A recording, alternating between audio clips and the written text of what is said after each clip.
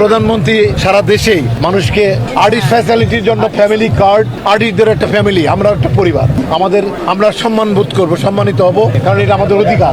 আমরা অবশ্যই কার্ড আশা করি যে আমরা শিল্পীদের মধ্যে পারিবারিক কার্ড আমরা বিতরণ করবো ইনশাল্লাহ। মানে শিল্পীদের যারা কাজ করছে তারা যে নিপীড়িত হচ্ছে, নির্যাতিত হচ্ছে, সেদিকে আমরা অবশ্যই খেয়াল রাখবো। আবার শিল্পী অভিনয় করে অনেক সময় টাকা পাচ্ছে না, প্রডিউসারের কাছে ঘুরতেছে, প্রডিউসার বা ডিরেক্টর অন্য কাউকে দিয়ে অডিও দিয়ে ডাবিং করে সিনেমা রিলিজ করে দিচ্ছে। এই বিষয়টা নিয়ে আমরা কাজ করব। আমরা মোট কথা শিল্পীরা কোনো অভাবী না, শিল্পীরা তাদের সম্মান চায়, সম্মান নিয়ে আমরা যুদ্ধ করে যাবো ইনশাআল্লাহ। স্পেশাল একটা কথা বলতে চাই, আমরা যার হাত ধরে আজকে নমিনেশন পেপার জমা দিলাম, সে বাংলা চলচ্চিত্রের নায়ক রাজের ছেলে বাপ্পা রাজ। নায়ক রাজ এটা এস্টাবলিশ প্রথম থেকে উনি এই শিল্পী সমিতির সভাপতি, তার ছেলের হাতে, তার নেতৃত্বে আমরা আজকে নমিনেশন পেপার জমা দিয়েছি। আমরা খুবই সম্মানিত বোধ করছি। বলবো যদি আমাদের শিল্পীরা আমাদের ভোট দেয়, আমাদের পাশ করিয়ে দেয়, আমাদের কাজ করার সুযোগ দেয়, অবশ্যই আপনারা দেখতে পাচ্ছেন আমাদের প্যানেলের লোকজন প্রত্যেকেই কর্মী, প্রত্যেকে কাজ করে, প্রত্যেকের মুভি রিলিজ হচ্ছে, প্রত্যেকে কর্মব্যস্ত জীবনযাপন করছে।